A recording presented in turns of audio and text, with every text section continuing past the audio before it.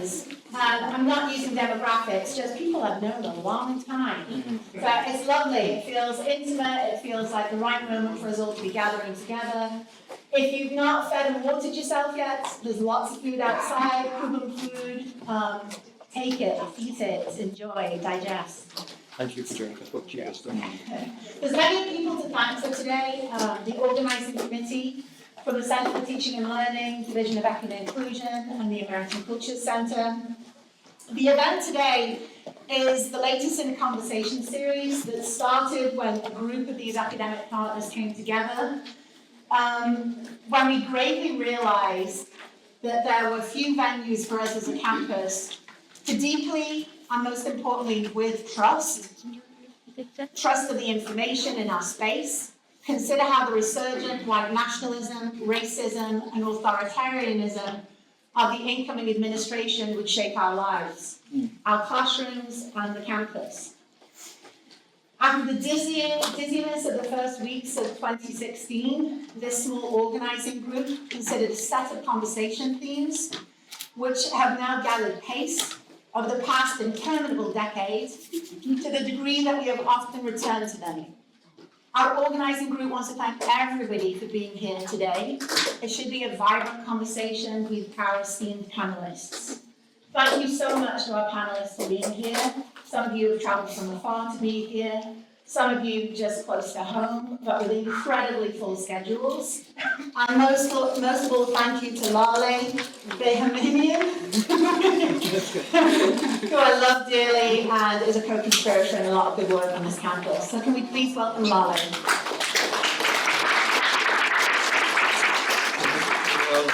Thank you, Victoria.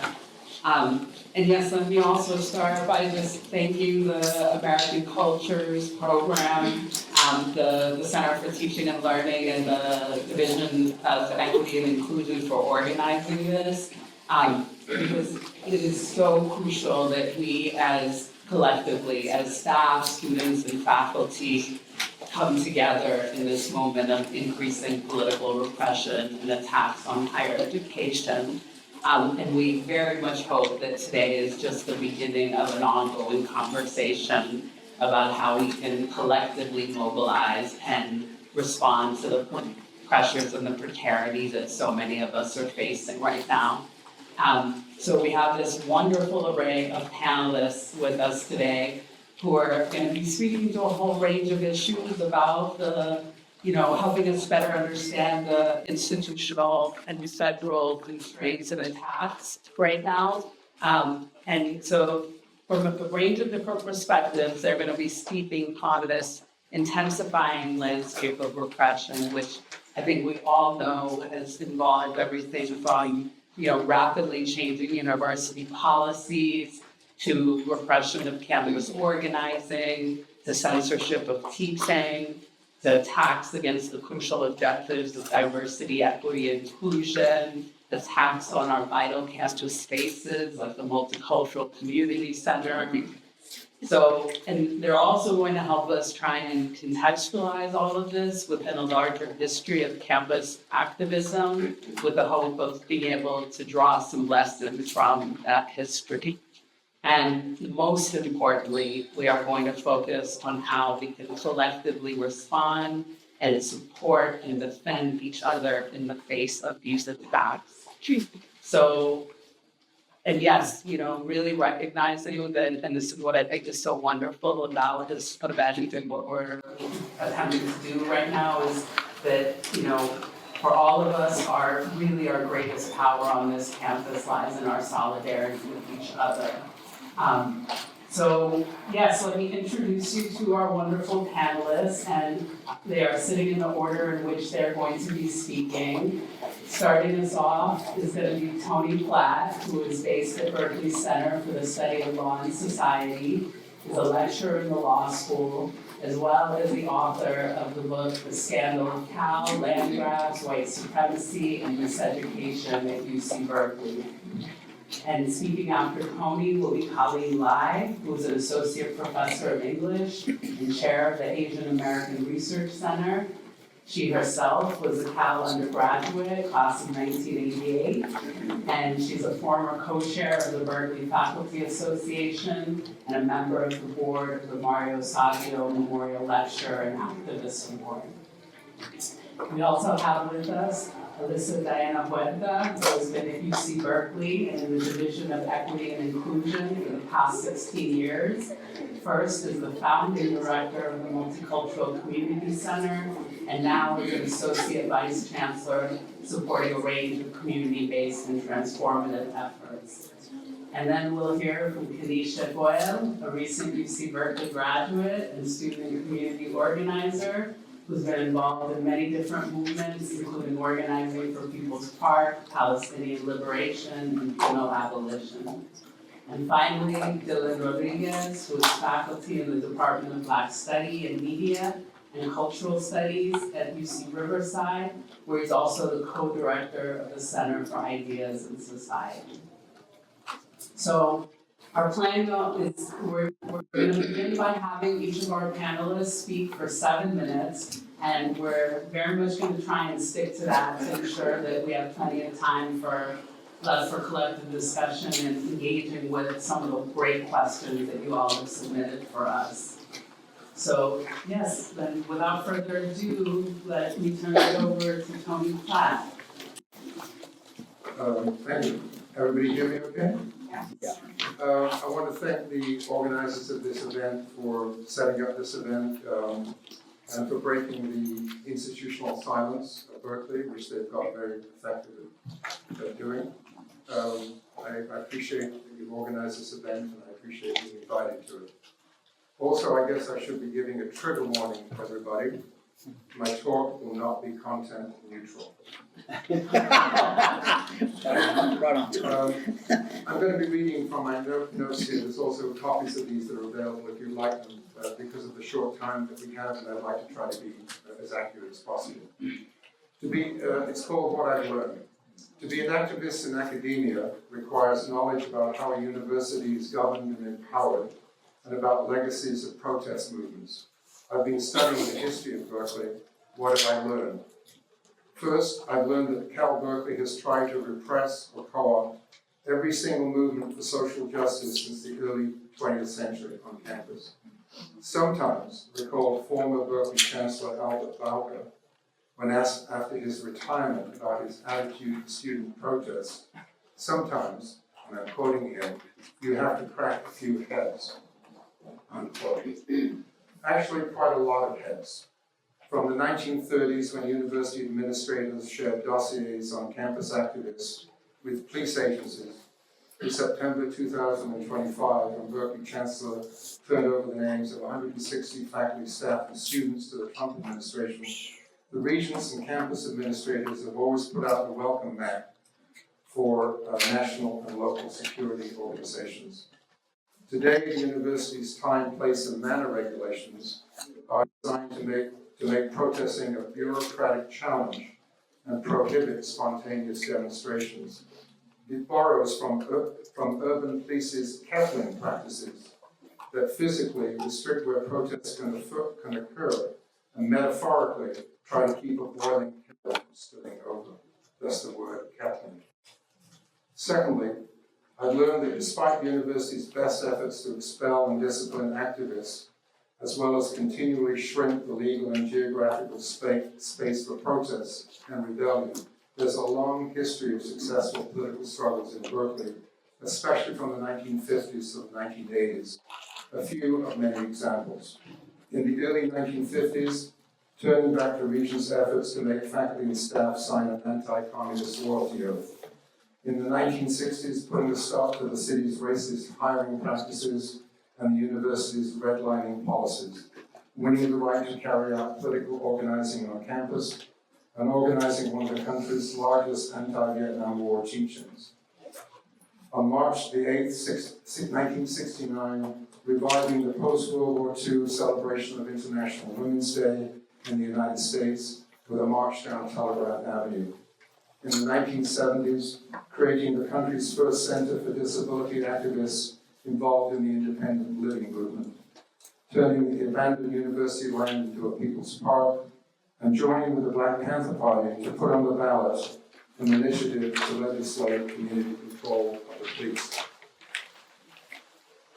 And in the 1980s, getting the university to disinvest in corporations that did business in apartheid South Africa and opening the doors of the University Lutheran Chapel and other churches to political refugees from Central America. That's just a few of the extraordinary range of political activism in that period. Thirdly, I've learned that progressive political struggles are most likely to be successful when they are built on solidarity between community and campus activists, a two-way street that flows to and from the university.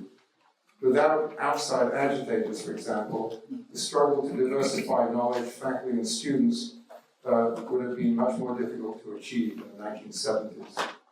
Correspondingly, many university activists put their educational privileges at risk, for example, by joining the nationwide civil rights movement in the South and in the Bay Area, and protesting a gathering of the House of Un-American Activities Committee in San Francisco, where some 30 students got arrested.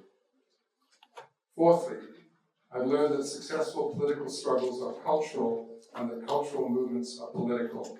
From the 1950s to the 1980s, the South Side neighborhood around and close to Telegraph Avenue especially was a cauldron of cultural innovation and rebellion.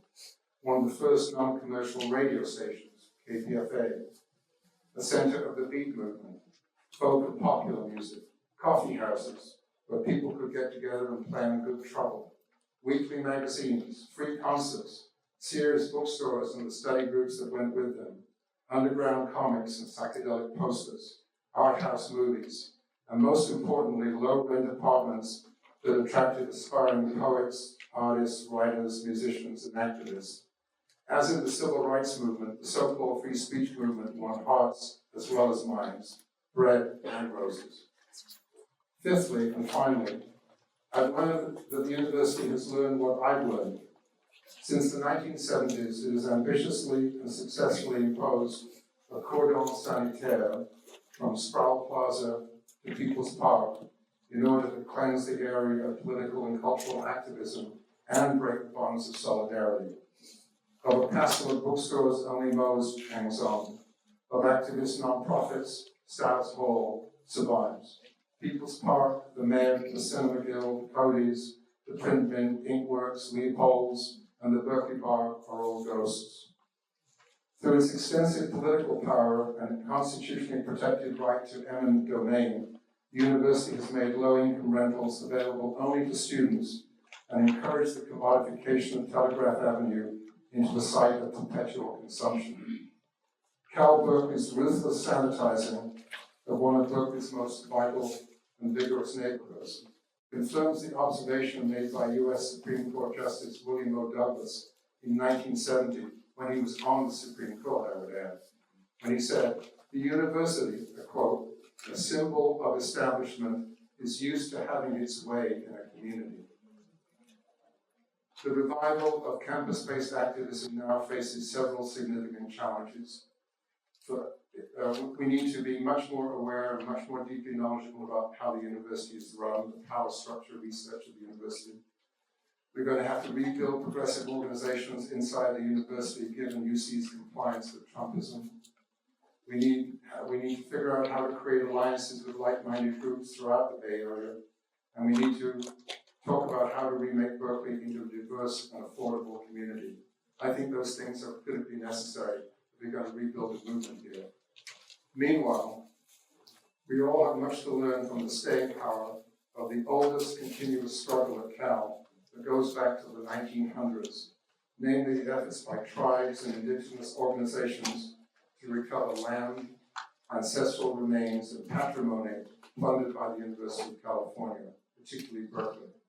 This struggle continues here and now, despite the administration's resistance to reckoning with its sorrowful past, and despite the persistent failure of Berkeley's social justice movements, town and gown, to take seriously an issue that is inseparable from the university's origins, development, and rise to global prominence. Thank you.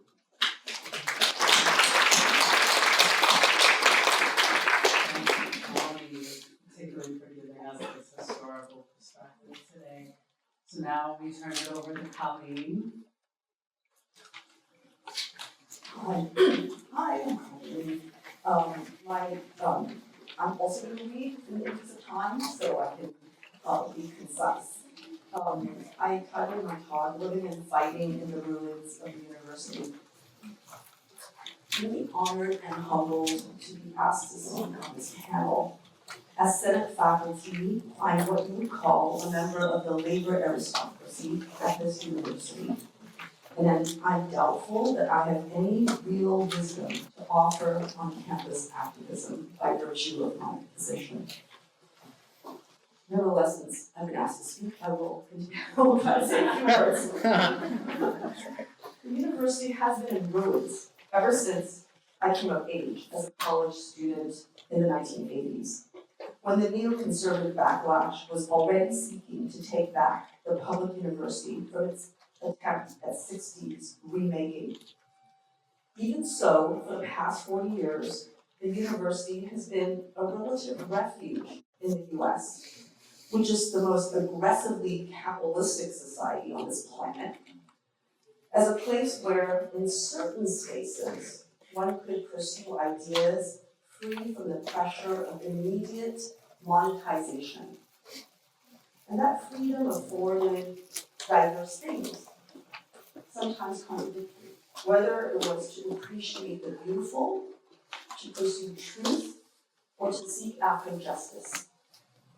The students, especially working class students, were the first to lose that freedom because the unaffordability of college attendance meant no time to pursue activism, extracurricular activities, or even a non-instrumental major.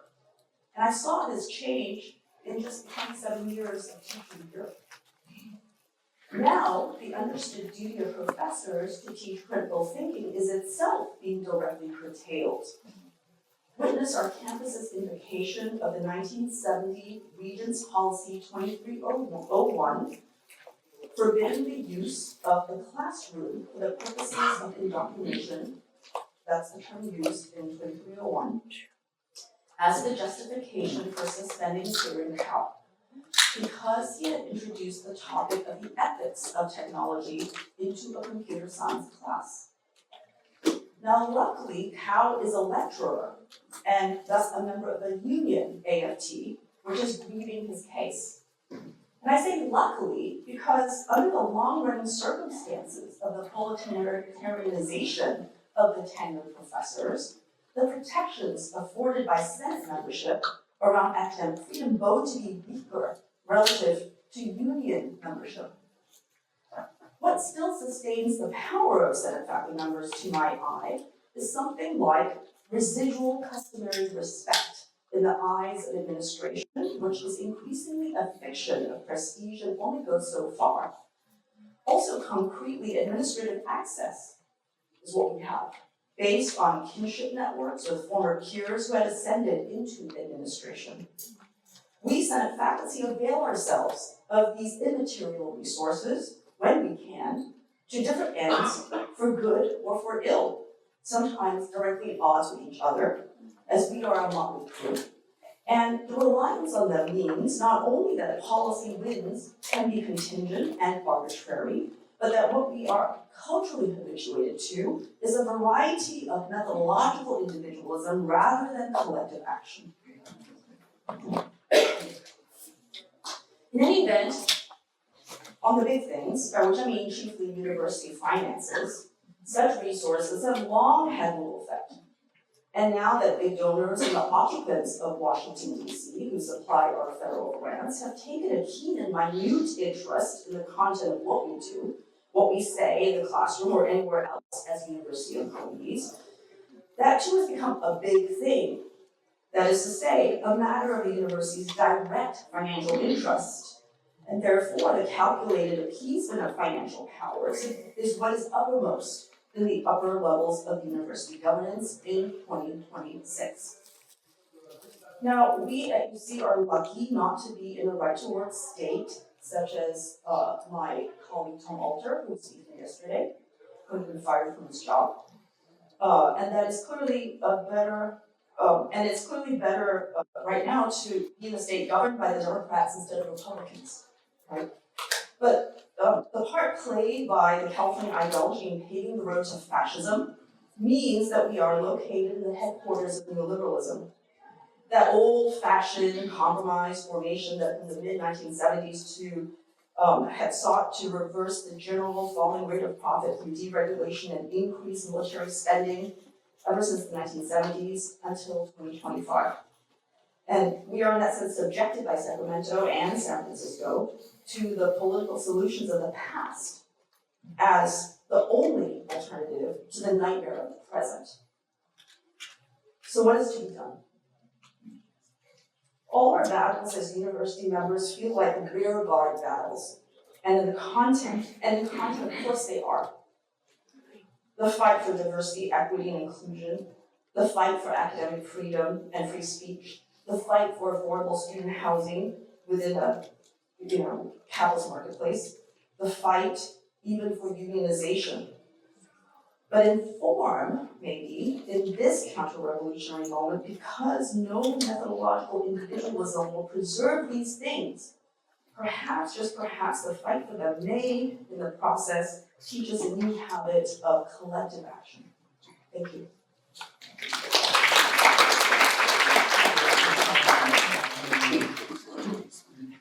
Woo! Okay, cool. Yeah, okay. So yes, I am Elisa. I use they, them, they pronouns. I did not write, and you're gonna get whatever you're gonna get on this Wednesday. For inviting me. People who know me will especially know that's how I'm rolling these days. I think about a year ago I was invited to also be at a talk. We were over at the alumni house where and part of the we were having a similar conversation. And in that I offered kind of three things that are how was I feeling grounded, or what things were holding, what were my touch points? And at that time, I was trying to remember. And one of those was specifically from our amazing ethnic studies librarian, Sina Wang Jensen, sent me a thing like TWLF rules for protesting. The number one is be cool. So I was like, that's like, be cool. Just be cool, chill for a second. And that's about engagement with and protests, right? So I adopted that, be cool. The second one was to get our ish together, get our things tight. There's a lot of ways that in our work, I really try to key in when we're feeling entitled. This is a little loud, is it okay? Just hold it a little bit away from your mouth, Is that better? I can talk less, I'll project less. So part of it is getting our work together to make sure that we're, there's some ways that we can get relaxed in the work. One of the things that I'll say that is in terms of folks right now are, I know we'll have mentioned at MCC, I'm the founding director of the Multicultural Community Center. There's some ways that, I don't know what the CAL was before the MCC because I didn't go here before. I only know it through this project of doing that. But what I've had for reflections that there was a CAL, of course, before MCC. But what now we have generation of people who've always known an MCC downstairs in its way, in its background, we get used to it. In a way to forget that it's a tenuous project, that many of our projects are tenuous projects. So that's the thing is that how do we make sure that we're getting our work together and make sure that we don't just assume that just because it's here, it's always going to be here. And I saw particular shifts, especially with organizing for those many generations of students who are fighting for that space, that once there's students where it was always here, it shifts. You start shifting because you're losing a very specific goal of trying to establish something. So what do we do in those adolescent years, right, of something? How do we keep that going? And not in just principle, but actually in action. And that was a gift of early organizing because there's an active point. So, but how do we get our things together when we're getting a little too relaxed in this place? And then don't pre-comply. I think that was a good one. Just don't pre-comply, which many people did. I think in this moment, institutions did. Really what that's about is also marking not just about fear, but it's also marking where the relationships are already tenuous. If people are closing things because they always wanted to close it. And I was really talking about liberalism, those moments, you can see that. And so in some ways I think that was part of the things that did fold, and you can say, under this administration or that. Technically, let's think about it, okay. So what are my three kind of areas right now? I was trying to think about that for this. One is to stay rigorous and grounded. So exactly what the amazing, things that Tony and Colleen offered us. So I have 3: stay rigorous and grounded, resist facile binaries, always, and then to be able to feel and name the grief. So when I talk about the staying rigorous and grounded, my time on campus is really about landing things. Like, there's a vision, there's a one line for a center in a demand, set of demands that was approved 20 years ago. How do we make that thing live? So it's really operationalizing and implementing something, so it's in the praxis of it. What's the idea of it, and how's it gonna live? So part of it is also to resist abstraction in those things, that we can have an ideal for something, but when you're trying to make it happen and give it life, it's complicated. So we have to stay rigorous in it. It can't just be in the ideal of something, right? I think that we have to really understand when we say academic freedom, what do we actually mean? How does that actually get implemented? Where does that go in an institution? Well, who has that and who doesn't have that? And we just say there's academic freedom, period. It can really actually end up undermining some of our work if we're not staying rigorous in what we're actually talking about. We just go to these big categorical conversations. So a lot of I asked a lot of questions. The other thing for me is that there's just so much in that rigor, and then the resisting false binaries or facile binaries is also holding complexity. One of the first things, I think I'm here because, as Colleen said, I think I'm here because I'm an administrator. I say that to everybody. I know that I'm an administrator. I know I'm an administrator for that. I'm in that position. Am I in it? I'm in it. I'm not of it. I don't know. Whatever you want to say. But one of the things I need to say is that this is the role I'm in. So what can I do from this place? How can I leverage this place? One of the first things that one of my best friends asked me is, how can you take that position? How can you reconcile? And I was like, I can't reconcile. Because there's so many things I can't reconcile. And it's actually a little bit of a distraction to say, let me reconcile every contradiction here. I'm going to be busy over here reconciling all this other stuff that's going to be happening, and I'm going to be exhausted because the contradictions abound, This is where being also like a queer non-binary person is really helpful, because you're just like, there's no expectations, honestly, for a lot of things. So that's part of it, is like, how do I reconcile? I don't try to reconcile, but what I do try to do is map the contradictions. How do I hold those things? How do I see those things? And then ask the question, okay, so now what do I want to do? Okay, not just get lost in the fact that the message is we're not getting a directive. We're not getting clear language. We're not getting this. If we get mad at the institution as institutioning, then what is the political project here? And that's okay if that overwhelms you, or if we can't do that here, that's okay, because there's a lot of other places we need to be doing that work. But part of the thing I'm thinking about is, what does it mean to actually understand the political project here, the resources here, what you need to get out of it, but also what you can leverage, because we're all tied to the university in some way. So if we're going to get stuck in like this us and them part, we're going to really lose it. And then my very last part I'm going to just chat about is, I really want to think about holding the idea that we need to name that there's grief happening. The idea is when we're talking about something, that when I say that this is a contradiction, or this is what's happening, or yes, Berkeley released names, but also they're the only ones one of the only campuses in the system that let people know that. It's not giving them, what's the word when you say, I'm not trying to sugarcoat it. Absolve. Thank you. Someone said absolve. I'm not trying to absolve them. I'm just saying, let's get the real scope of this. Let's really see that. It's not to absolve. It's to say, what's this other point that's really giving that? And we need to map that. There's also real losses happening. There's real repression, whether direct or not. There's real losses happening in these moments. Tony named many of them. And I'm curious in those losses, and if we can name that grief, then what's next? What can we come up with? What can we do in that moment, and how do we want to do it? And I'm hoping, to Colleen's point, it's something collectively that we can really think how we want to do it in this moment and what's possible. Thanks. Thank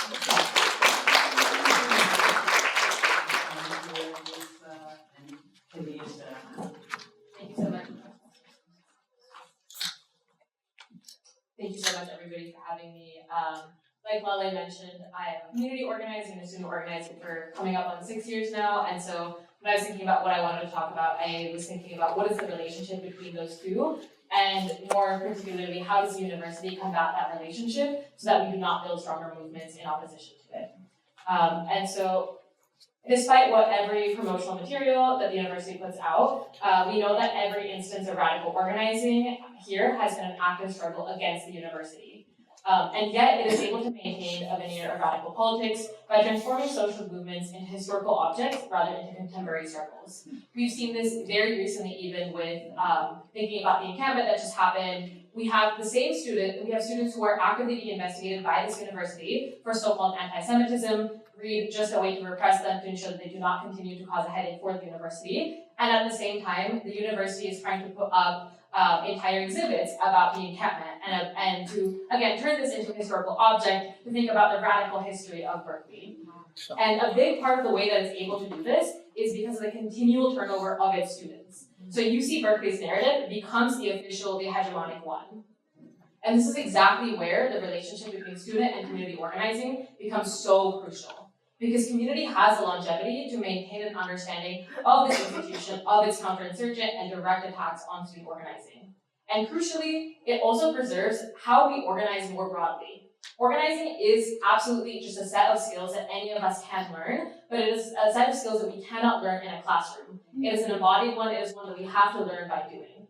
There's obviously a critical relationship between theory and praxis, but the day-to-day of organizing, learning how to map power within an institution, choosing effective tactics and strategies, identifying fronts for struggle. These are all things that we learn through experience and frankly through failure.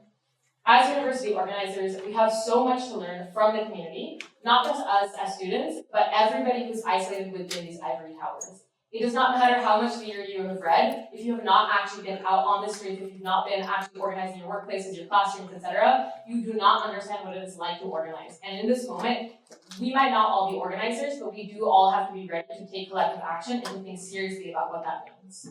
As Tony reminded us, both student and community organizing is at its most effective when we work with one another.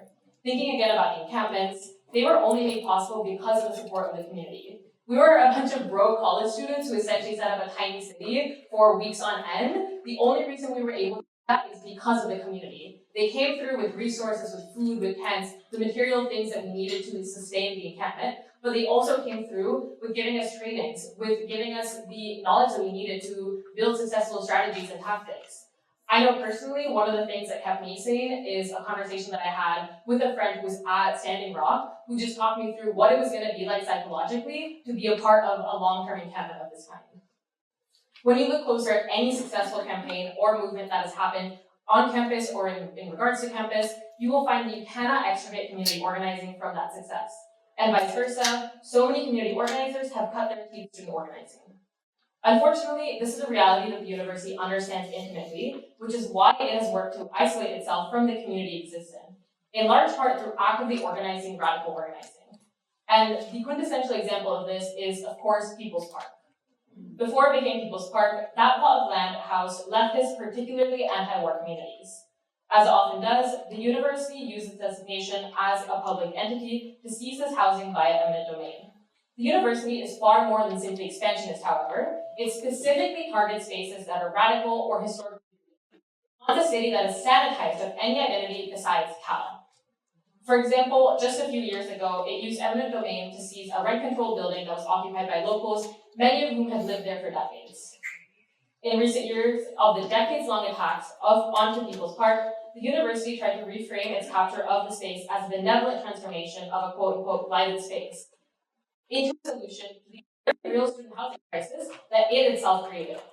It's important to note that this light was intentionally created by the university. It wholly abandoned the space. They refused to so much as clean the bathrooms, all the while, especially in the time leading up to when the university would come to attack, to close People's Park, we would see them circling around 24/7. They had the resources to take care of the space.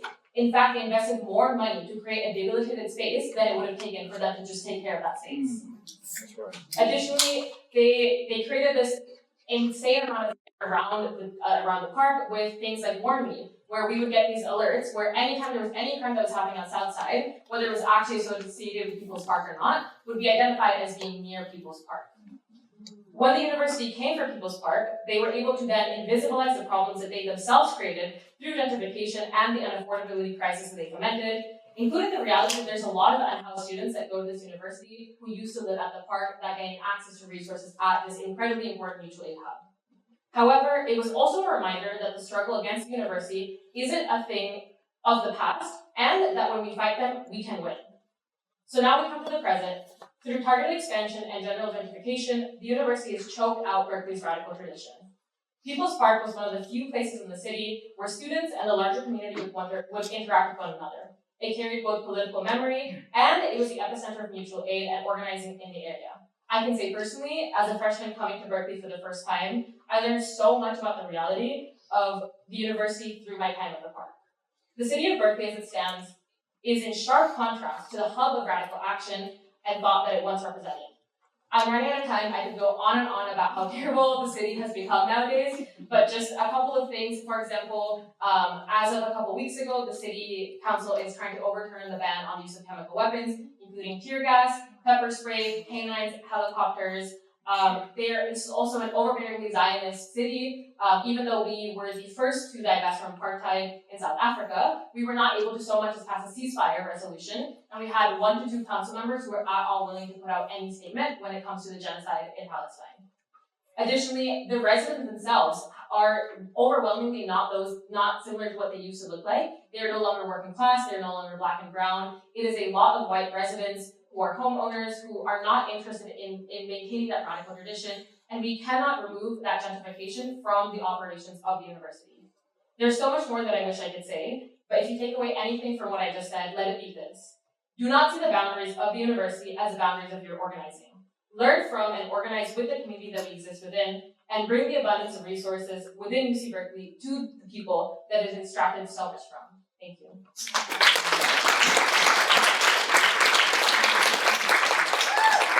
I see my time to Tanisha. I'm really honored to be invited to be part of the discussion. I want to say what's up, welcome to my friends, and also what's up and welcome to my enemies. Speaking of UC Berkeley, shout out to Casey Goonan, who's now a federal political prisoner, in part because they engaged in a retaliatory action right here in the UC Berkeley campus trying to firebomb a police car. They were sentenced to 25 years for property destruction, which was 10 years more than the prosecutor asked for. So Casey has been a target of the FBI and Cash Patel, and fuck the FBI. So shout out to Casey Goonan. They just moved them to a federal prison recently, so their address will be available. I encourage anybody here to just write to them. They cherish every single letter they get from somebody.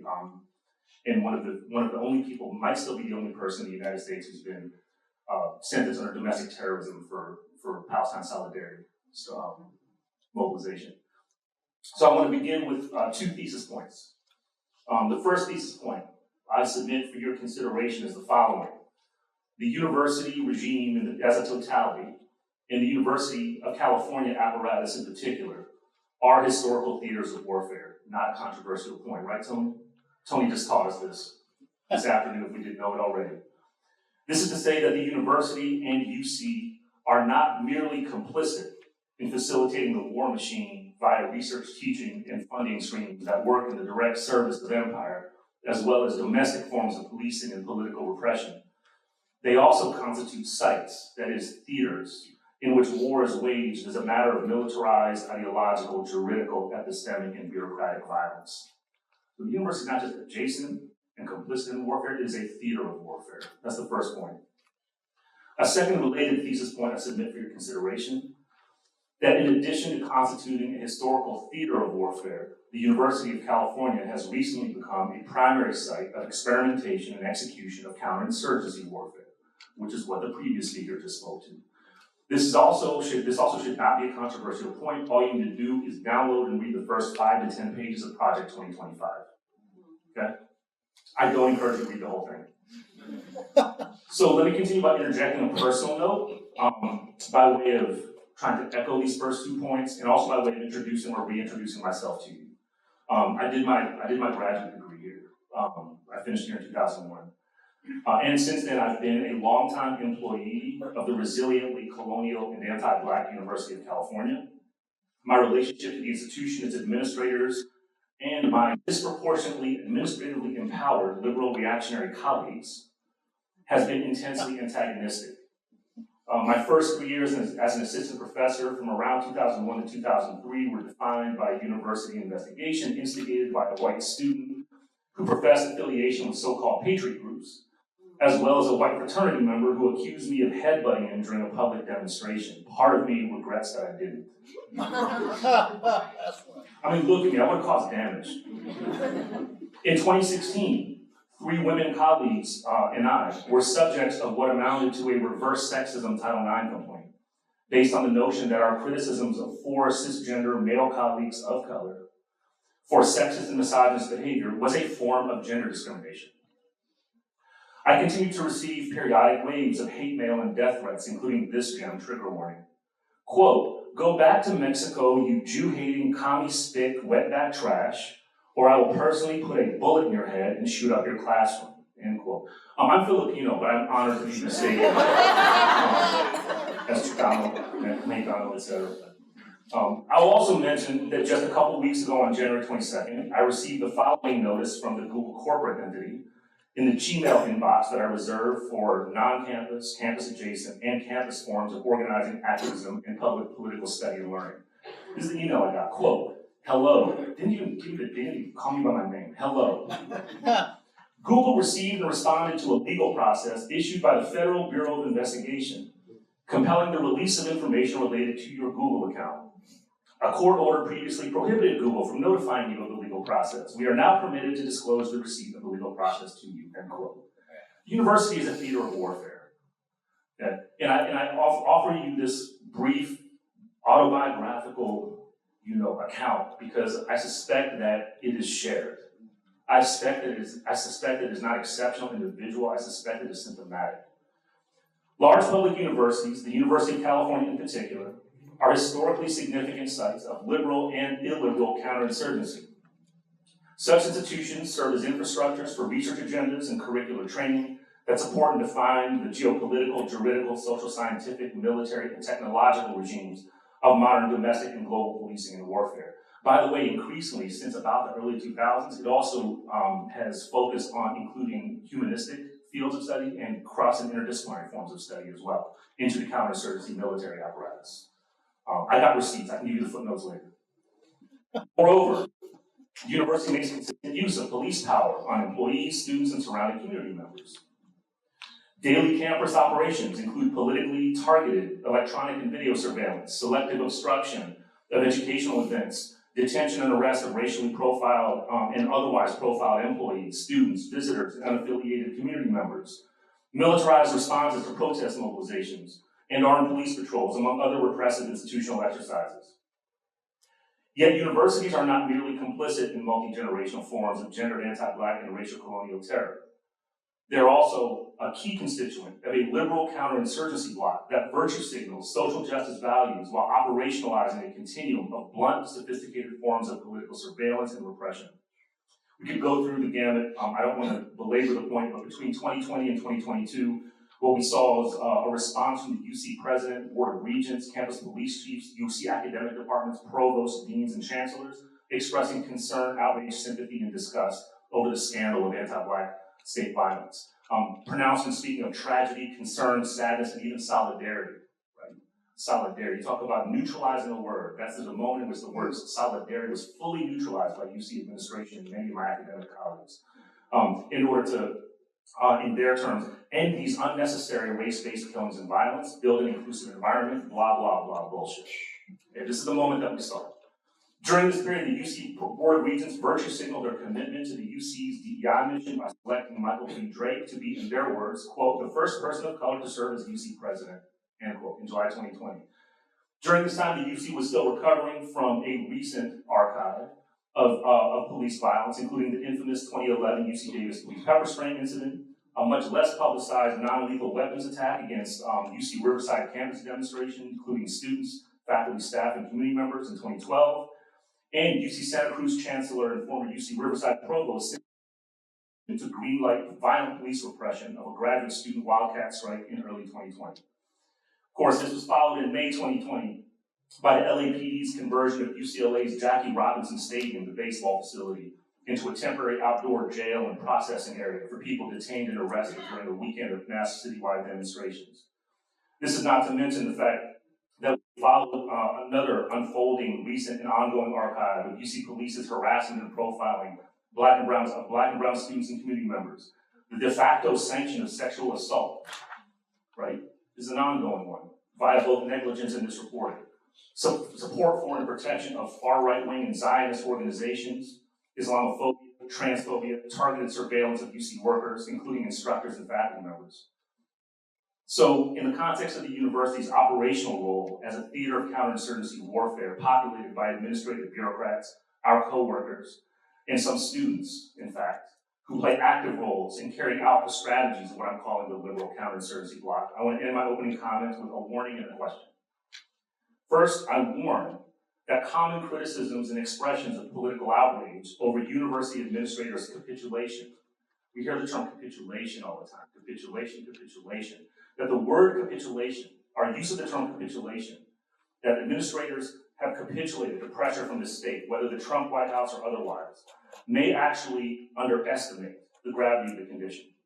In fact, the historical evidence suggests that higher education administrators are active consultants to and collaborators with state-driven counterinsurgency rather than merely craven capitulators to it. And then my question I end with, what might it mean for university employees, faculty, staff, and others, students, alums, and engaged community members to apprehend this and other universities as enemy institutions? As enemy institutions that have constructed a theater of warfare in which the infrastructure of everyday operations is tilted toward the demoralization, if not the elimination, of many of the people in this room. Thank you, and sorry for going over time.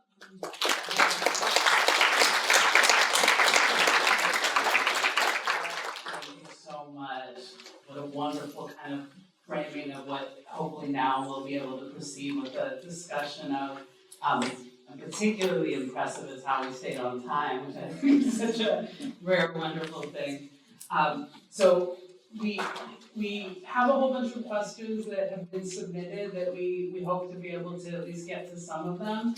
But perhaps before we start that, we can carve out a little time to allow any of our panelists who would like to speak to or respond to any of the issues that were just raised, give them an opportunity to do so. Basically, do any of you all have any thoughts that you'd like to share in response to some of what has been raised right now? Let's hear from people. You want to hear from people? Okay. Well, so we have heard from people. We've gotten a lot of questions that have been submitted. And I think there may be more that have been submitted now as well. So what I'll try to do is first maybe put together some of these questions into a few sets of like kind of questions, and then from there open it up to the room and let us add some more questions. I think we can do it informally as well. Like I think that should be fine.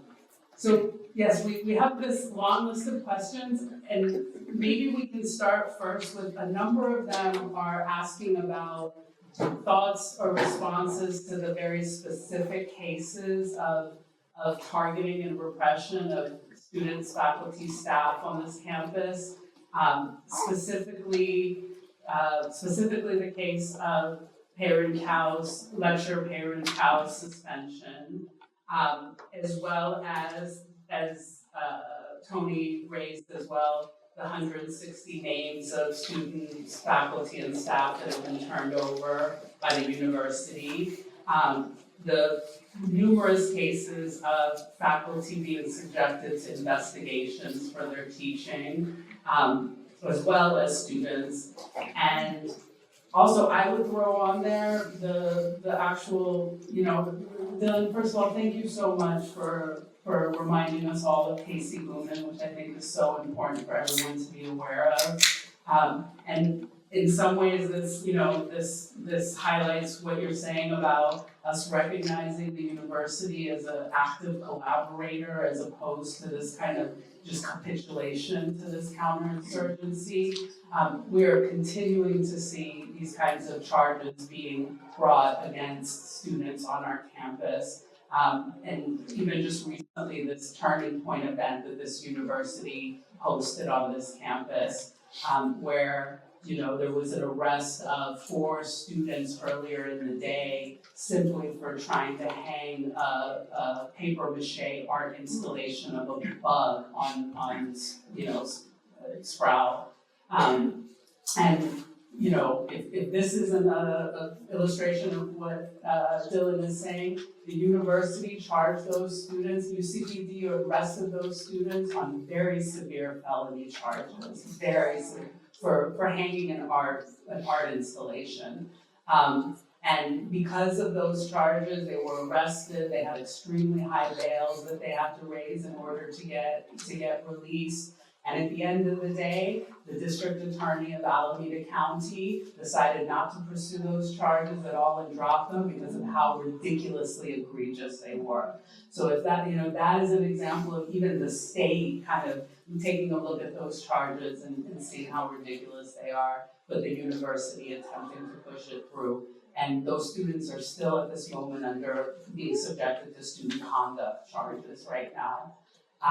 So that is my adding on to a number of these specific cases that people have raised and asked for thoughts on these cases and also how we can better respond to this collectively. And I open that up for the panelists.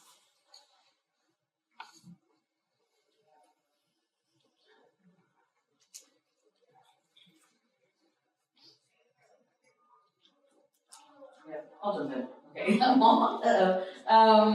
I think that it's gonna be about our approach thing. I think it's actually really great to just hear a list. Actually, let's just hear everything together, because I think one of the things that this place does is we're segmented up, we're siloed, and we kind of are in that. We stay so busy and certain things. There's one of the things I try to remember here is that like people made this place, so let's remake this place kind of thing. And we have that approach that nothing. It seems like it's like always here. I think that was part of my point. Like things are always the way that they are. So part of this is how often do we talk about student conduct cases, faculty cases, staff cases all together, and not just as individual points. I think about like star mapping. In that, how do we talk about the whole? And so actually, as you're naming all of that, I'm just like, okay, let me think about what my afternoon's gonna look like. Because I'm trying to think about what can I do from the place that I'm sitting, right? Can I find out about that in that, but also how can I think about it comprehensively? And who and how do we get to think about that comprehensive? What do we get to see? That's a lot of what I think about in my position around. Like I'm very much a middle person, right? But also like very much, like I said, very much in an administrative position. And even then, in this middle, I'm trying to see up and down and broadly. And one of my largest frustrations is that many people don't do that. We just see this one piece. So I actually think that this kind of just coming together and talking about it is actually really vital, because then you start seeing the scope and get the scale of things. So I'm not going to comment on any particular case, because I actually don't have any information about any particular, well, I wouldn't be able to anyways, but I don't have any information about those particular cases. But I do think scope and scale are really important when we're thinking about that. And how much are we flooded in this point of this like nervous system flooding? How are we just so flooded with so many things? So how do we start sorting it? How do we get strategies to start sorting it and thinking about it and talking about it across? And so I think that's, I'm thinking about like an approach thing is how do we talk about this across in those moments and not just as disparate points, because when they're disparate points, I can already imagine like what the conversation is around, like you're saying, those felony charges, right? Well, like this is this, and when it's in a small vacuum, it can be easily, this is the bureaucratic violence that can happen, it can be reasoned away. And it gets reasoned away. I can say it can be, it gets reasoned away in so many different ways. So I think that there's something about the scope of mapping it all together to understand that comprehensively that is really vital in this time, especially when there's so much overwhelm and attacks coming from everywhere and so much distraction. I think it was I was like, I wonder what my afternoon's gonna be like, because it's crystallizing for me. It distills it for me in a way that like, let me really be thinking about this and be paying attention. What am I getting distracted by? Maybe I'll say a few words in follow. Thank you so much, Elisa, for that additional comment about de-siloing, which is super important. And maybe I'll just say that since some of those questions, again, those questions touch across discipline, touch on disciplining of protest action and speech across different constituencies of the university. The way I'm looking at it, as a Senate faculty member who has been involved in, academic senate committees as well as with the Berkeley Faculty Association, which is sort of to the left historically of the Senate. It has to push the Senate to really live up to its faculty shared governance, entitlement, right? That it's part of the overwhelm here is just that it's hard to historicize the present and to try to understand where we are, even in 2025, as compared to after October 7th, 2023, when we had a Palestinian encampment that was, in some ways, felt like it was still maybe within like a historical track of campus protests that had predecessors, and that the campus was like trying to deal with it in its way that was continuous with its tradition of how it manages protests, right? Which has been to co-opt, to try to neutralize, to manage, versus like the acceleration, I would say, of the Trump 2.0 and the very direct attack on universities and upping of like AI authoritarianism and all this kind of stuff that makes it really, that seems to explain a certain level of quietness because there's more fear.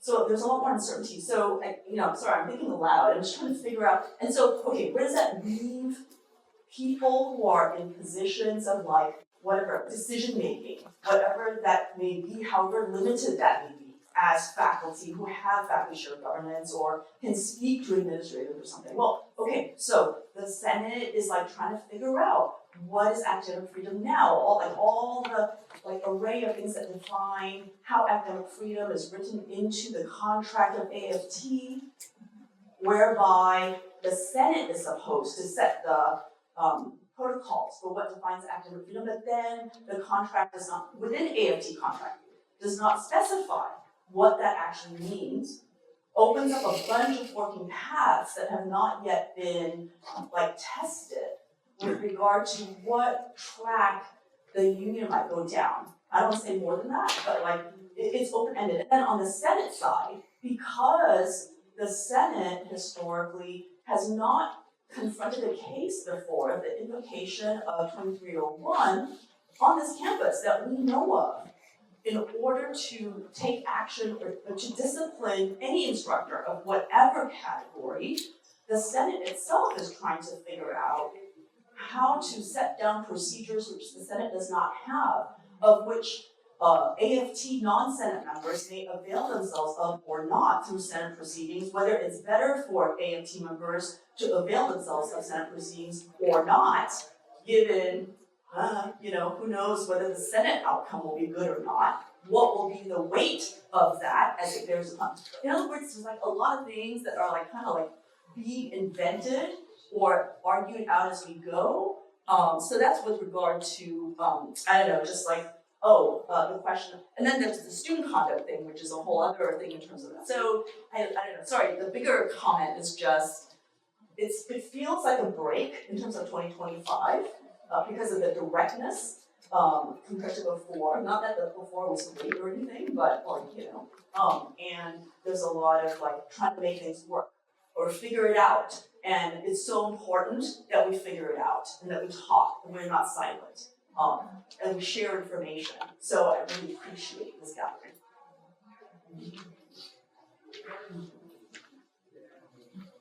I think there's two things going on with UC right now. One is at the economic level, and one is the time, place, manner, all the methods of trying to keep things in line on the campus. I think we're not giving enough attention right now to how Richard Lyons, moved from Wall Street to the business school to the chancellor of the university. And if you look at his statements, which are generally very polished and very public relations-y, but if you look at what he's saying, he would like to make the university be much more involved in the private sector, much more than it already is. It's already incredibly involved with the private sector. But he wants to basically encourage students to start to do startups and inventions, and then have the university take a piece of that as a permanent way of trying to solve some of the economic crisis of the university.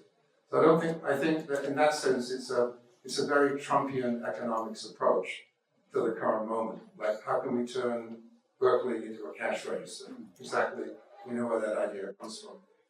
The other is that I think, that's why I think the history is very important, because if you look at the long history of how the university has cracked down on activism on this campus, there's not a lot that's going on now that's new. You can find a lot of precedents for it. I mean, right beneath us here is the Pauly Ballroom, where all kinds of major events take place on campus. Pauly was a very significant region who had very close ties, and I know it sounds rhetorical, but very close ties with the CIA and FBI, and got from them information about how to crack down on the leaders of the free speech movement. It's hard sometimes when you talk about these issues not to sound too rhetorical, but all the statements I make, I try to back up with investigation and so on. And if anybody questions any of the things that I've been saying today, just talk to me or send me an email and so on. But Pauly was very active in handing over the names of student activists during the free speech movement. So that, this building is a contradiction. On the one hand, it's a place where we have these kinds of discussions. On the other hand, it's named after one of the total collaborators with the CIA. The other thing to keep in mind when I go back through this history is to put it politely, the faculty always need a push when it comes to activism on this campus. As far as I know, there's only been one political progressive campaign on the history of Berkeley in which the faculty have taken the lead, and that was against the loyalty oath in 1949, 1950, 1951.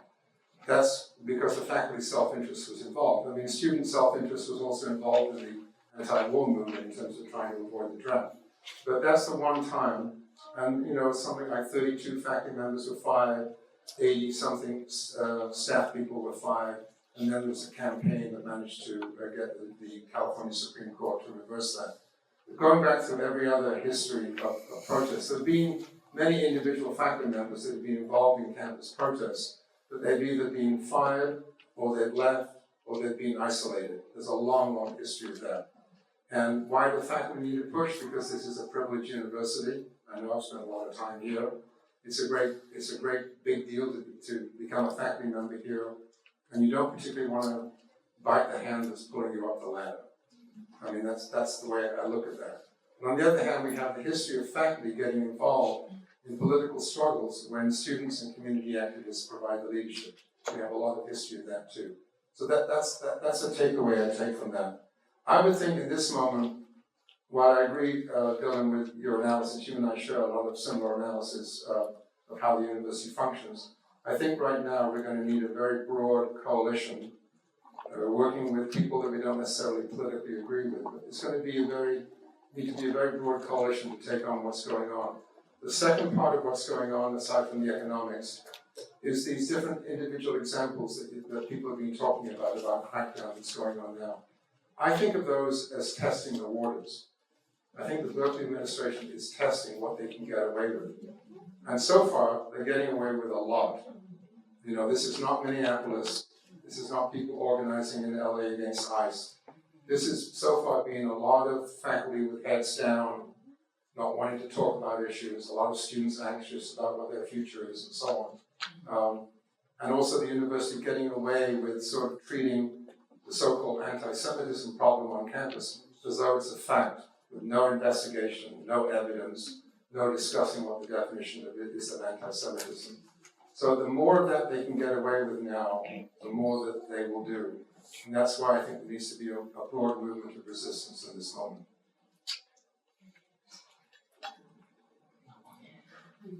Thank you for that, Tony. I think right now there's a lot of things that are constantly coming at us, and so it's really easy to be overwhelmed and to just sit in silence.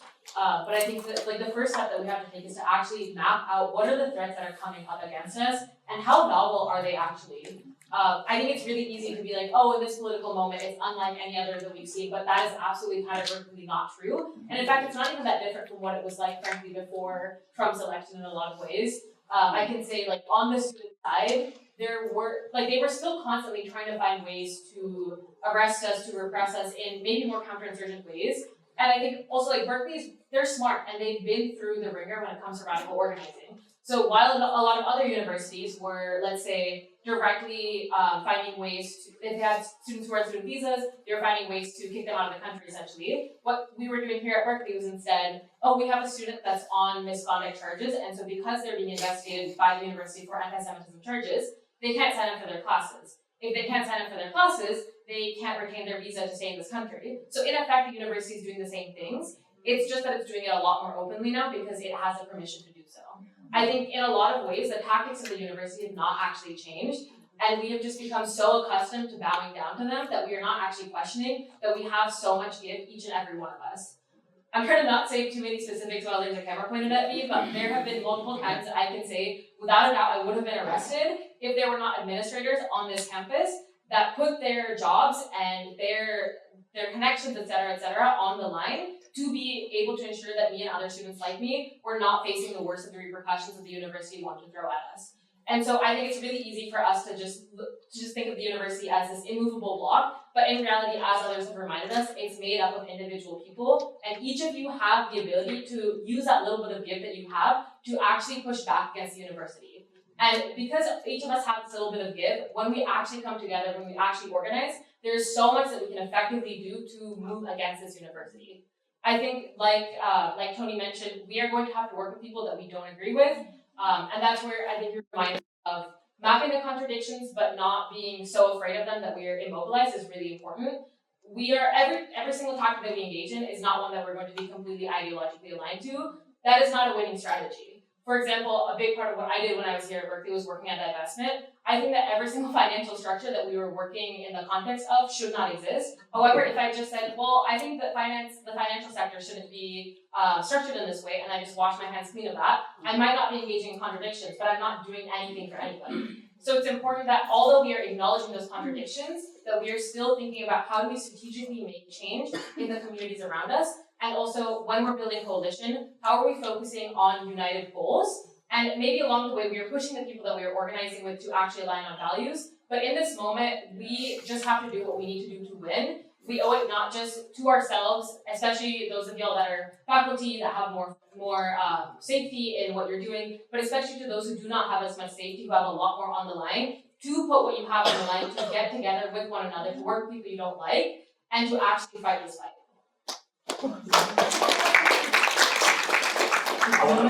Yeah. Just before you speak, could I insert two more questions that are related to what you all are speaking to, especially because one of them is directed specifically at you, Dylan. So one of the questions was along these lines, any efforts or plans around student organizing in response to supporting Casey Goonan? And is there anything we can do to support staff, students, and faculty that are under investigation, especially in your case, Dylan? I don't need support yet. But I appreciate the gesture. I think with Casey's situation, I think the more people write to them, once their address gets updated for kind of their long-term federal incarceration, they're going to actively appeal the sentencing. So I think the more public scrutiny gets and pressure gets put on that case, the better. Simply writing to them is one way to actually actively and materially do that. And I'll just try to flow within the dialogue that's been spoken here, which is to say that y'all are reminding me, by the way, I don't speak for myself today, I don't speak for my employer, I don't speak for my department, I don't speak for the University of California, just FYI, right? I just work there, for now. So this should remind us that there will be no bureaucratic solution, okay? Like there will be no solution that is achieved through bureaucratic processes to the alternating waves of liberal and accelerated reactionary fascism that are crystallizing at the site of the university, right? No bureaucratic solution will fix that. So I think that is not to completely dismiss the capacity, the limited capacity of engaging in bureaucratic skirmishes to make life somewhat less of a complete fucking nightmare for targeted peoples on campuses, so I'm not dismissing that. But I'm saying in terms of trying to find a way to foundationally disrupt, if not abolish, the conditions of, misery that these institutions are hardwired into their infrastructure at this point by way of demolition, surveillance, everything else we talked about. No bureaucratic solution is going to work. Which is to say that, I think part of what we need to think about as well is in order to build the kind of solidarity and coalitions that we're interested in, right? I think we actually need to build a more honest analysis of ourselves and our coworkers. What I mean by that is this. There's a certain way in which the so-called academy, and I call it the so-called academy because the academy is like, it's a colonial aspiration, it's not a brick and mortar thing, right? The university is a brick and mortar thing. But there's a way that the academy rewards certain forms of textual radicalism that are also functionally, that also are wedded to a functional liberalism. Right, I'm looking at that. A lot of our colleagues are textual radicals and functional liberals. Right. You want me to say it again?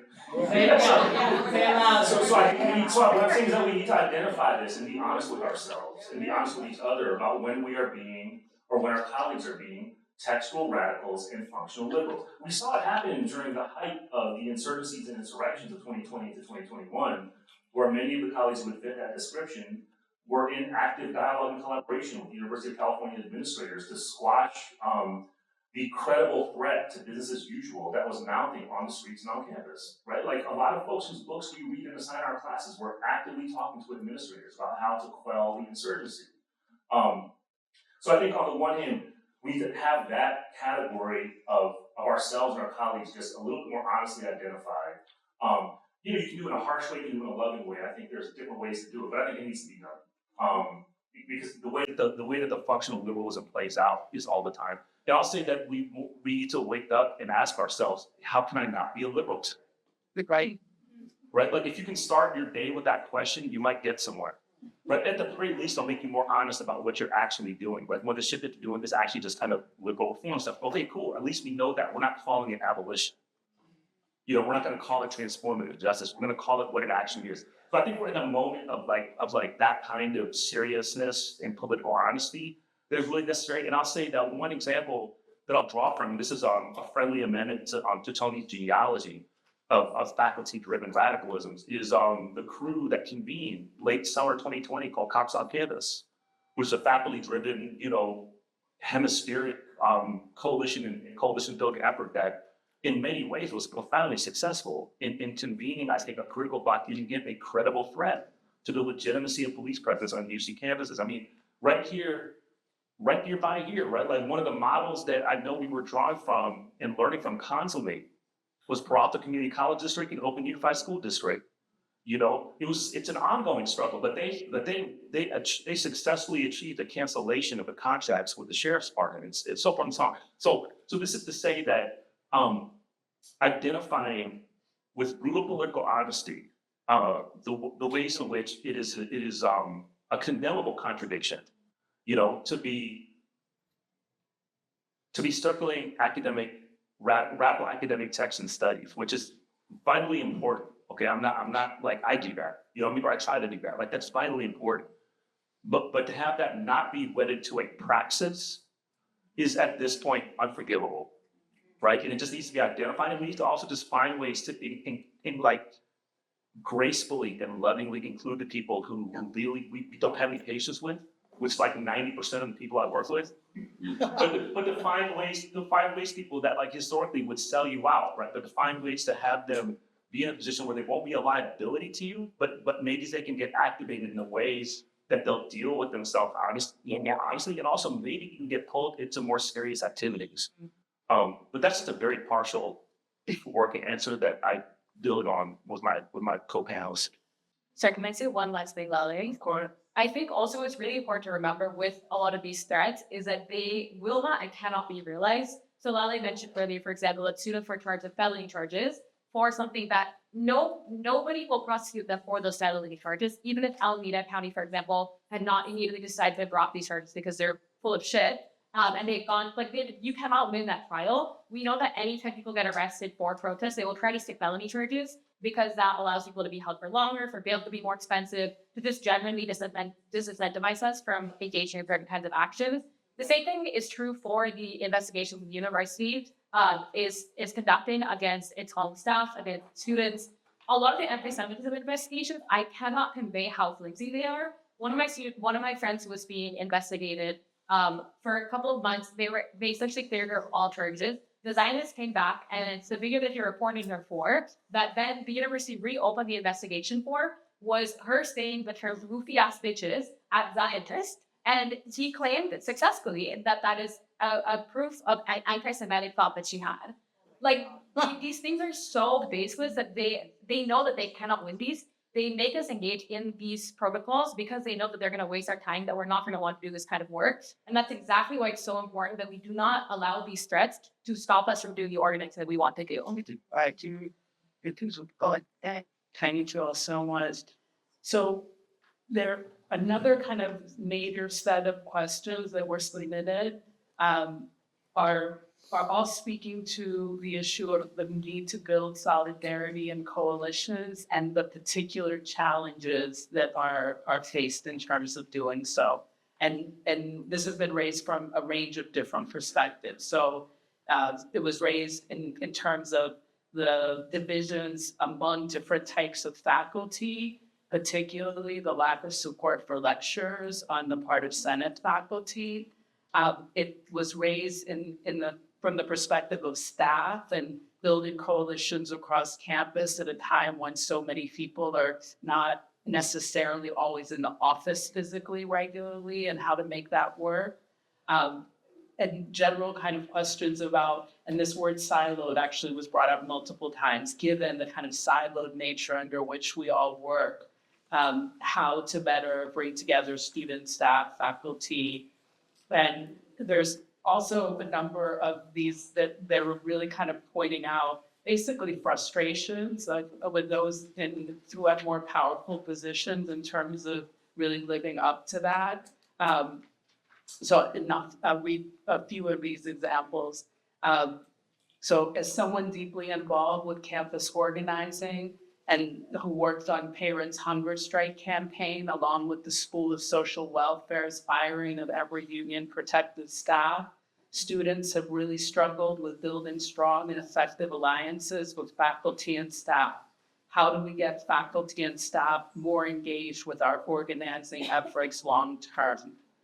And then another one is pointing out that during the encampment, I was part of the community bringing food and supplies to the encampment. Rarely did I see professors supporting, but a lot of us community were there. I came to go to Berkeley to be an activist in 1987 and protested on Sproul, putting myself at harm for years. There were a few profs, but far too few.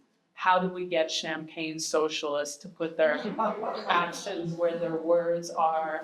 Their power and privilege, like mine, is huge. So where are they? So yes, these issues of the challenges of building these coalitions and solidarities, and particularly the various working through these power imbalances among us. Which probably get coming with doing some actions. Oh dear. Okay.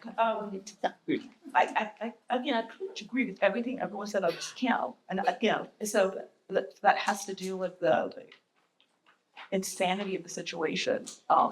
And with Luis working for an institution that in the Middle East, which is also the United States.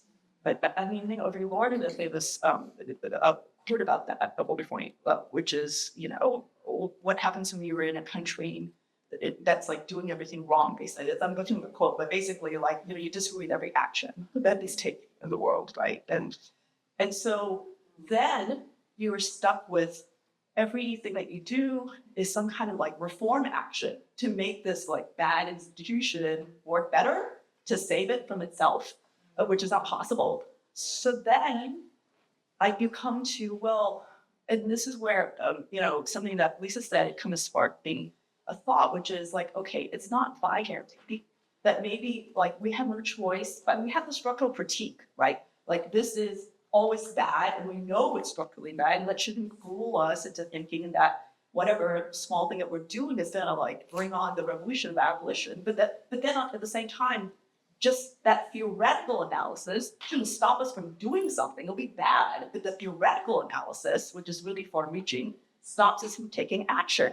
And that seems to be the bind, because like, what do you do at the grand level that will lead to the big change, right? Yeah. So then I teach Marx, I'm teaching a course in capitalism, understood. And one of the things that we were just reading about privilege to Marx was value, price, and profit, where it explains his ideas in a more comprehensible fashion. And one of the things I really like about this is because he really doesn't binarize reform or revolution, because he's arguing in that piece about how you have to support a living wage against the political cause of the time, where like, no, raising workers' wages will just increase prices and inflation, therefore make everything more expensive till it's actually bad for workers. So we're against raising wages. And he's like, that's a stupid thing to say. You have to support, raising workers' wages.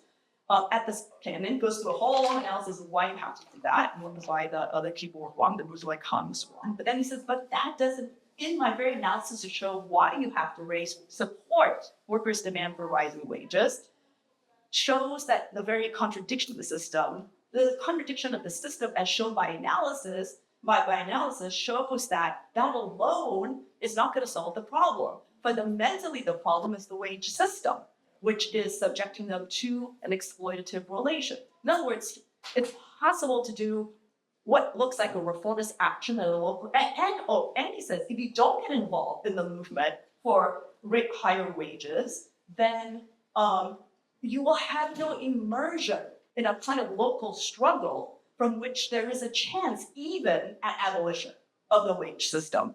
So then you'll be on the wrong side of the struggle. So, I find that like really helpful for thinking about, not making like, the perfect enemy, the God or something like that. So that like, you have to get involved, they learn, and then maybe that involvement, the movement, if there's a chance, then maybe that involvement through collective intelligence and practice can lead to something more radical than what it started out to be. But like, that's a thought in terms of that. And then all of us structural analysis being sometimes paralyzing. So I'll just add, hopefully in some productive tension. So by the way, just if you do a search for the phrase free KC now, you'll see all of the support committee stuff and the addresses and stuff. So just do that. And there's a legal fund you can support. So maybe productive tension with what I've heard people, Colleen and Tony and everyone talking about in the last few minutes. Let me say this. I also think that this is a moment in which it is really crucial to detach from certain epistemic attachments to what we understand to be a proper social movement, right? In the sense that, okay, so something Stop Cop City of Stars, Stop Cop City of Stars, the movement around Stop Cop City of Stars is that decentralized proliferating mobilizations, which are both fully legal above ground and public and extra legal against the law and repressed by the FBI and the police, can pose a profound threat to state violence.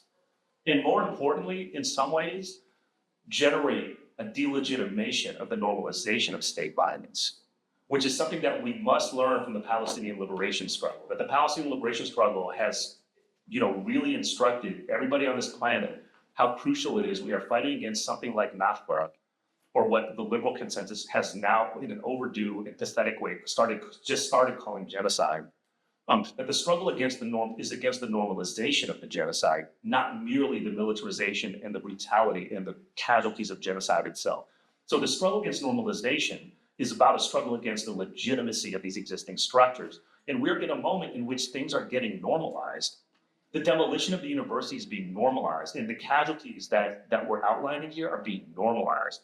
So I think part of this is to engage in a in a decentralized, an embrace of decentralized, autonomous forms of struggle that may not resemble traditional social movements, which maybe make use of people who have access to these bureaucratic apparatuses and reform apparatuses, but it's also to embrace another strain within the long anti-colonial abolitionist tradition, which is a destruction imperative. Right? Like one of the ways in which liberals tried to seize the terms of abolition after 2020 was to overly emphasize and fetishize the notions of world-making creativity and joy that come out of abolition, of which those things are a crucial part. But what they conveniently tried to excise, leave out, and alienate was the destruction imperative of abolition. You don't abolish slavery without burning down a fucking plantation. Right? Plantations burn. Right? It's messy, it's brutal. I'm not saying, I'm not trying to glorify it. It's rough, there's consequences. There's all kinds of unpredictability from that, but there's a destruction imperative when we're actually dealing with fascism in a real way, when you're dealing with state terror in a real way, when you're dealing with the civilizational project in a real way. And so, I'll just pause there. I think there's a necessity to embrace the need for counter war. Yeah, I think that, especially with, I very much felt that struggle when I was organizing here at Berkeley of like how do you bring faculty and staff into the organizing. And I think ultimately what it just comes down to is it was just not in their interest, and it's hard to get faculty especially to organize when something is not in their interest. I think it's really easy in this moment for us to fall into when we're thinking about what our broader strategies is, again, just organizing as faculty towards what your interests are. However, we do have to think about a larger strategy for liberation as we're thinking about existing within the structures that we are organizing within. I think one thing that I always think about that comes from the tradition of abolition is the idea of abolitionist reforms versus reformist reforms.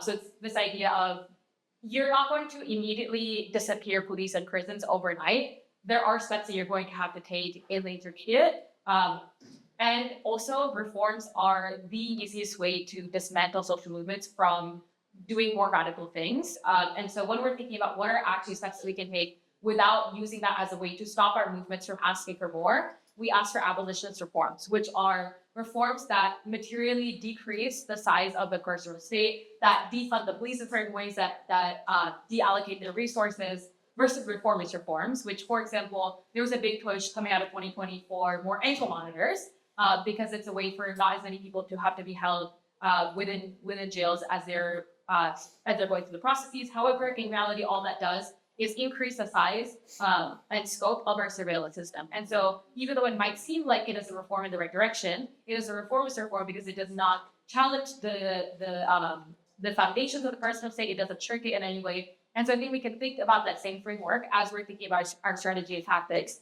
of we might not be able to, not all of us might be able to engage in the most radical tactics. However, how are we still fighting towards the world, taking those steps that is dismantling the restructures that we are fighting against, rather than just creating little alternatives.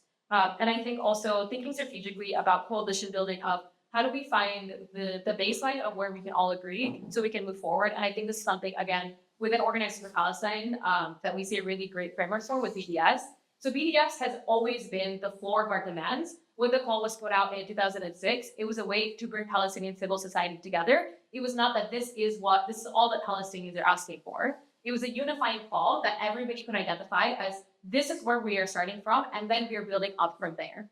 And so again, when we think about our tactics and how we're building coalition, what are things that we can agree on that we can bring people in together? And then how are we continually raising the bar for where we are organizing? How are we continuing to push for stronger and stronger demands?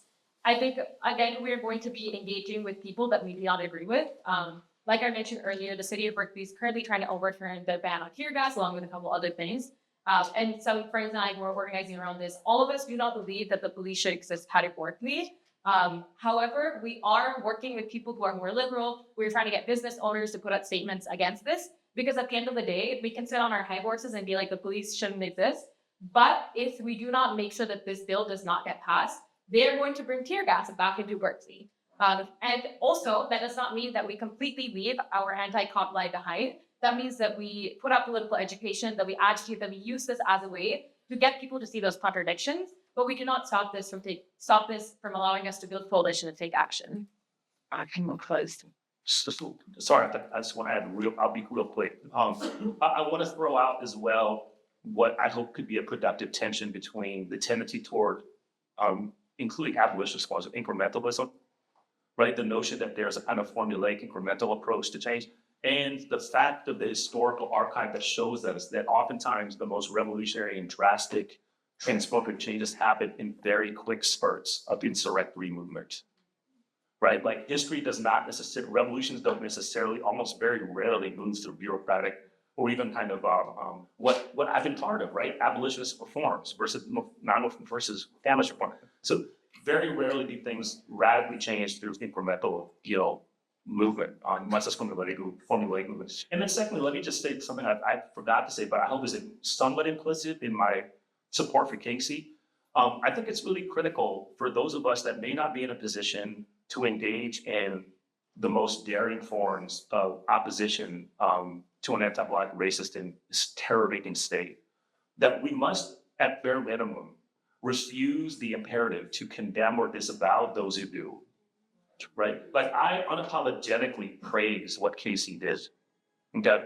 Like we can engage in a critique later, right, of the tactical and strategic, wiseness or otherwise of what Casey engaged in. In principle, I support property construction. I can't engage it, I'm too visible, right? I'm also not that slick. You find me real quick, right? But in principle, I refuse to condemn it and I praise it. I praise the people in South Cop City who disabled and partly dismantled an earth mover. Actually, I think 3 of them that local corporation was going to use to start building, kind of another apparatus or infrastructure for domestic warfare. So I think at bare minimum, refusing to condemn that, and maybe those of us that are positioned to do so should actually critically praise it. Right.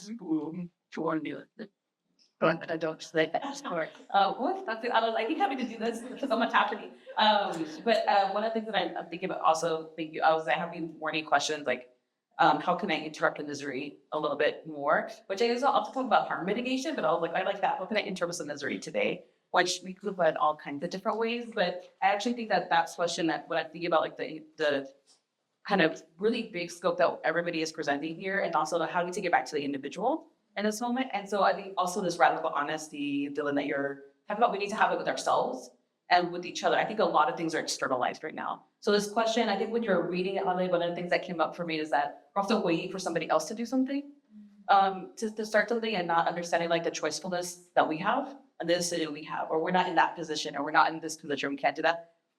Regardless of where you're at in your positionality, you can make choices, right? And you get to make that your own personal kind of evaluation for your safety, for whatever that can mean. But I find out that we're doing a lot of waiting. So if you want to get folks together, get folks together. And sometimes it has to be everyone has to get together. No, some folks don't want to do this. Some folks don't want to change things. Why are we spending so much time trying to convince those folks? Why don't we work with the folks that do? So that's part of it. How do you just start to get generate some energy to do that? So we're talking about all students, all staff, all faculty. There's plenty of folks in all of those areas that want nothing to do, want nothing to change, status quo. They want to be part of that generating of revenue, right? Or whatever wants to be happening, right? And there's some people who really do. So I also try to interrupt that, like all staff or all faculty or all, not because we know that also we turn off really quick because we're people, right? And so there's also to believe people who they show you who they are, right? That's also really important. It's part of the radical honesty and also the radical honesty of this place. So I think one of the things that to really think about are where your political homes. And if your political home is also where your work is, and you're taking that, you have to really think about your commitment to it. It's your political home. But if it's not your political home, then why are you projecting other expectations onto it? What is your commitment? So I think what's your political home and what is your commitment? So in a little bit, how can you interrupt this area, but also how can you not get in the way of other things?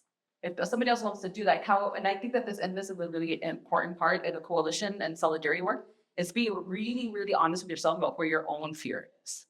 Where your own, there's some of those that do not function with a lot of fear.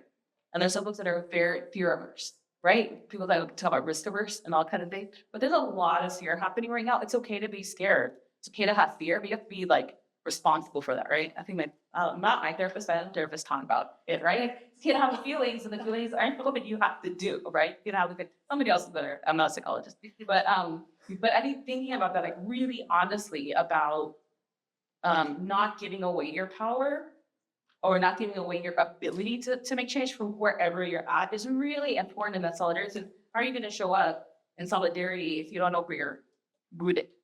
If we're doing it in ideas, and I also think this question about really challenging epistemological ideas of like organizing is really vital, because just because we work in a certain place doesn't mean you have those values. And I find a lot of I'm in this department or in this department, there's a lot of virtue signaling in that. And I'm like, but how are you doing the work?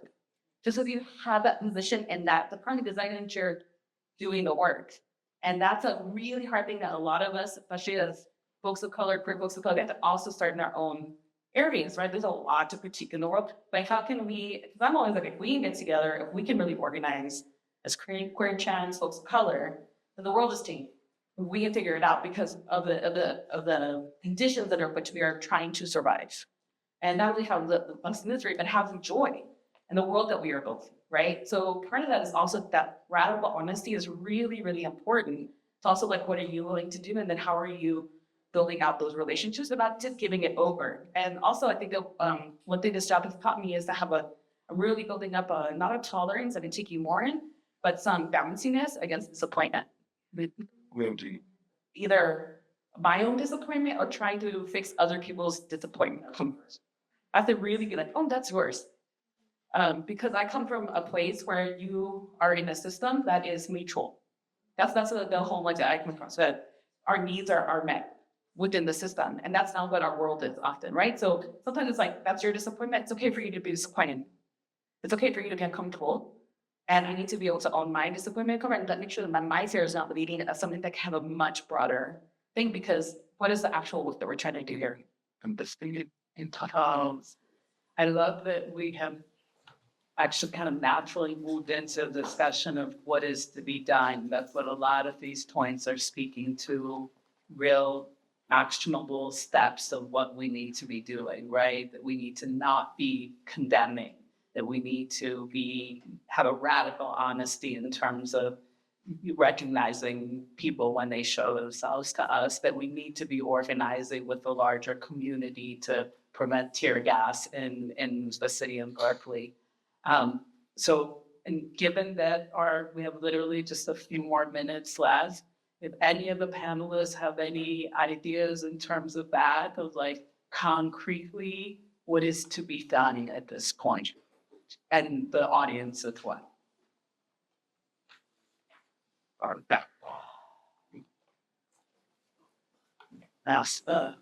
Well, physically, like I learned a lot from what people were saying today, and just looking at everybody there, people are trying to teach, history, the struggle, what's to be done. There's, I guess Dylan's the most,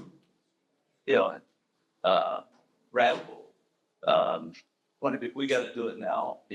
That's really important. They have that insistence. We got to have that change now. But also we have to know the history so that we can teach students. Ethics they used to have a social movements class taught by Professor Galton and Wilson. Every class is like a rally. That class is canceled. That means that history disappears. History is erased. And I think that's the big trauma that we have right now. He used to be with Grimm, right? Right. The Grimms who got canceled out. Professor Paul Takaki. Paul Takaki he was a professor of Grimm School, and he was the one that stood up for the students when we had the rural strike. Yeah. In retaliation, they went after him. They put him in a little office in Tolman Hall. I think it was in psychology, right? Education. Oh, education. And he wrote about that, and he was angry about it. But, we don't know that history. Yeah. That was retaliation. Yeah. Yeah, so, it broke his heart what they did. What's that? It broke his heart. Right. They did that. Yeah. So there's the whole history of struggle, resilience, people standing up, but getting pushed down.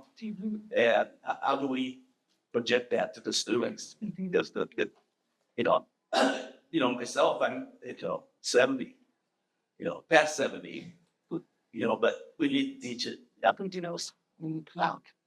I just had a quick one. I'm the Champagne Socialist, but you were there at the campsite, and we're teaching the students, and I was so impressed. I was so happy. But I was also on the Peace and Justice Commission at Berkeley, and I was one of the people who got the resolution passed to the city of Berkeley. First time in the history of Berkeley on Palestine. And I will say this, that we couldn't get any professors on that committee. We hardly had a professor come and speak at council that night when it was rejected. And the community has shown up for the students and the faculty, but it doesn't go both ways. I don't even feel, there were some students that night, there were some students. You were there. But it was a scary night and we needed people. And so I would just say, this thing's coming up. They just dismissed the police accountability chief in Berkeley. There's a connection, but first we need to get faculty to stand up, and they just won't. Really? Inte kunna frisläppa den här låtstärken. Something during thousands when that stop and scans on. 1 year, 16 years staff person here, and props to Harvey. I was really radicalized here as a staff member with some of the anti-tuition hike stuff in 2019. And one of the few faculty that came out in support of Props Camps, and also other faculty as well. And yeah, just like in terms of where you see them. And there's a lot of one I want to and colleague mentioned there was a meeting that's sure you did it, and I'm not sure. It brought many so they have revolutionary left students, staff who support the defense of this faculty who got fired for them. Or speaking about social rebellion, speak. But anyways, that which also payroll or working Palestine. Anyways, that's some very important initiative. So I encourage staff, students, staff to grab and mass, get involved in your union. I'm the union member as much when you look at the conservative. There's help calling you some reference and parts of that, and I can push it. And props to any I have on that corpus here. Props to y'all get involved. Some of this work can be done is habits outside of your again, all I'm saying is that part of my office. I'm saying as an individual, but if pretty much get them. There's organizations. Pretty much get involved in organizations that are out there. That's important. Build that coalition, students, staff, faculty. So yeah, just try to center there's stuff out there. We just got to build those movements or organizations. So, unfortunately, our time is very limited. Tony wanted to just quickly say one last thing. I want to say a lot. I think we finally got to a place where sort of down to disagreement with McDilling. But I think, from my generation, the generation between World War II and the 1980s who were politically active, that was a worldwide movement. And we got it wrong. We did feel like we were in the majority. We felt that new society we're going to be created. We felt that whether you were a socialist or a communist or a national liberationist or, God forbid, a Rooseveltian social democrat, which actually looks pretty good. But you had that incredible variety of things. So you'd have classes and you teach in the classroom. When you come out of the classroom, and you'd have all these ways to put in your practice. And you'd have big debates between the Trotskyists and the Leninists and between the Social Democrats and the Communists and so on. But it felt like something definitely was going to happen. And I don't know about what you think, but I think the right-wing counter-revolution was won on a world scale, and are in the ascendancy, and they're doing really well, and are organizing people in ways that the left failed to do, or the left has failed to do in the last 10, 20 years. So I'd like that to frame what would be a future discussion. I think differently about reforms now than I did when the movement was in the ascendancy. I agree with the critiques of reform. I think it's good to go back and reread Andre Gortz about the difference between structural and reformist reforms and all of that. That was part of our movement.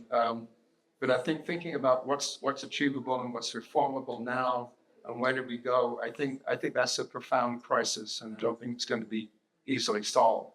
So for those of you who organized this beginning, I was thinking about, I know some people here will think this is a very liberal slogan, but I was thinking like the slogan for the university would be to break the silence, like to have more conversational discussions like this.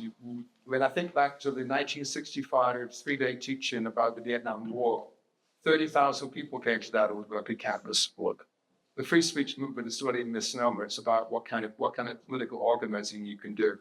That's what the free speech movement wanted. And that movement then generated the Bay Area anti-war movement to the anti-Vietnam War movement. It took a long time to end that war.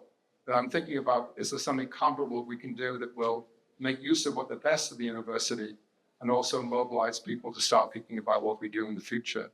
So maybe if you can organize another event like this, I'd certainly like to help with organizing it, is to make that question of like, where are we now and where do we go? And to continue the debate that we really just started to have here. So, as we've emphasized, we hope that this is an ongoing conversation. This is just the beginning. We're not quite done yet. We have one final thing to conclude. Could I just add one quick thing? 10 seconds. I brought some copies of the book at one time. If you don't have all my pay quickly to get it very, very cheap. And also there are more copies of this that you can get one. Please take one. I'll be outside after. So, and I want to thank all our wonderful panelists. Also, yes. All of you for being here. It's so wonderful to all be in community together. These opportunities are too rare and we need to make this happen more. And I will now hand it over to Jumani for some concluding remarks. Yes, unbelievably briefly, along with the celebration of all of our panelists, I want to recognize folks on the planning committee. I think Rachel Wire, my colleague at the Center for Teaching and Learning, Amy Shiner from Gadiza Verdase with faculty and departmental initiatives. We have Deb Parada, who's not here with us, but also a colleague of Victoria Robinson at the American Culture Center. And our student staff at the American Culture Center, I think they had to leave early, but that's the planning force behind this group. So we get a big round of applause. Thank you. I know that a rich history and future orientation of Berkeley and protest and activism was covered. We're going to synthesize a lot of that information and house it on our Teaching and Working in Troubled Times web resources, which lives at the American Culture's website. I also want to recognize the local organizers we had in the room. If groups who are representing your communities could stand up, I believe there are one or two, and I'll make time for just a 30-second elevator pitch for folks who are standing. Sure, thank you so much. My name is Alex. I work at Critical Resistance, which is a national grassroots organization that started not quite as an organization, but as a conference that Bill was a part of. Our Oakland chapter is always taking volunteers. An entry point is letter writing to prisoners.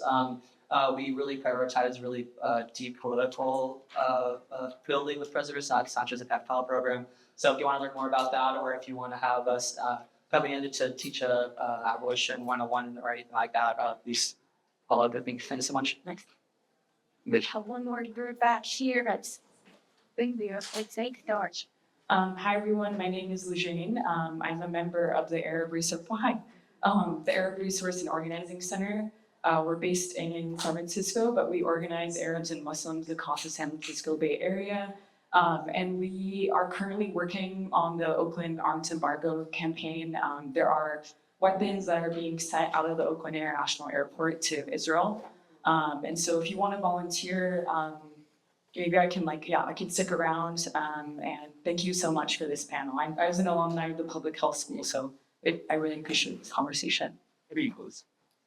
I encourage you, stay afterwards, connect with these folks. To Tony's point, let's not let the conversation die here. That is the exact opposite of the goal of this gathering.